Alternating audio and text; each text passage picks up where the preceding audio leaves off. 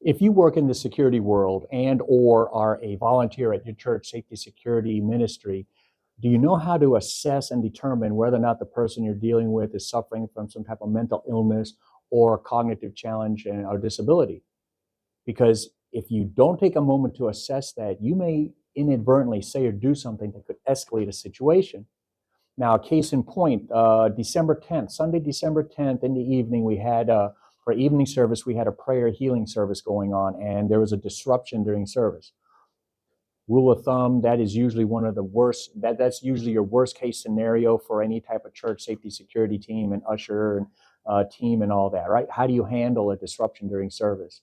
Now, in our particular case, it was correctly assessed to be a mental illness issue, and it did not require calling 911 because in Michigan, as it is in several states, it's against the law to be disrupting a church service. However, take a moment to assess the situation. Is it a mental illness issue, or is it actually someone with an agenda trying to disrupt the service? If it is an actual attempt to disrupt the service, well, then call 911, get the police coming while you try to navigate that situation and de-escalate it if possible. Now, in our case, a lady had become very loud and agitated because she had lost or misplaced her phone. And several well-intentioned churchgoers quickly surrounded this lady to comfort her, to pray for her, and so on. But it was really agitating her that they were all up in her space. And she was very loudly telling them, "Get away from me, get away from me." Our ushers and greeters and our security volunteers quickly assessed this to be a mental illness issue and got some people to give this woman space. And they even told me later that it was very obvious that the more space this lady had, the calmer she got. And after a few minutes of some relatively peace and quiet, unfortunately, a churchgoer felt that she had to get right up in this person's face and be loudly praying at her and over her and rebuking the devil. Oh my goodness. And our subject, our lady, our guest with the mental illness really got upset, really got agitated. And unfortunately, the churchgoer, instead of recognizing, hey, I'm having an opposite effect here, I'm actually making the situation worse, instead of seeing that and taking a moment to assess the situation, continued to be loud and in this lady's face. Two things, folks. People with mental illness or even cognitive challenges and disabilities are going to find it very, very uncomfortable, even threatening and challenge and confrontational to have someone in their space. You or I find it very uncomfortable to have someone get in our sense of space. People with mental illness and mental cognitive challenges and disabilities can find it very uncomfortable and even antagonistic and confrontational to have someone talking at them or to them with a very loud voice. We find it also uncomfortable. So why would these people find it less comfortable? This lady, the one with the mental illness that our people assessed to have some type of mental illness, was not having it.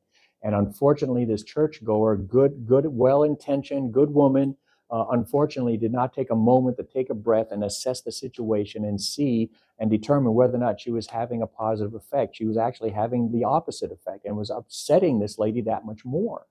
Now, fortunately, the lady who was stressed out and all that got up to leave with, I believe it was a family member.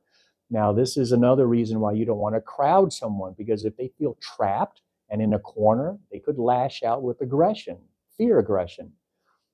Fortunately, she was able to get up and leave. Unfortunately, for a few moments, this churchgoer, although she had been asked to just give this lady space and to just back off a little bit, began to follow this lady out and was just loudly praying over her and at her and rebuking the devil and so on. And it was having the opposite effect. It was not comforting to this lady. It was actually very, very upsetting to her. Folks, you can pray for someone from across the room or across the world. You don't have to be in their space. You don't have to be within arm's reach. Take a moment to assess the situation. Is the person you're dealing with welcoming and having a positive reaction or response to you by the things you're saying or doing, or are you inadvertently escalating the situation? take a moment to research and find out what people, what the behaviors are by some people who have some mental cognitive disabilities or mental illness, because it's nothing like what we see from Hollywood movies. It's not like they're misshapen and talk funny or whatever.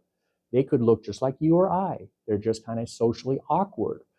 They may not appreciate your sense of space, but they doggone sure defensive and feel upset when you get in their sense of space. So take a moment to do some research, figure it out what some of the behavioral characteristics are, and just be careful that you don't inadvertently say or do something that could escalate a situation when all a person probably needs, who's very upset and agitated, is just some space.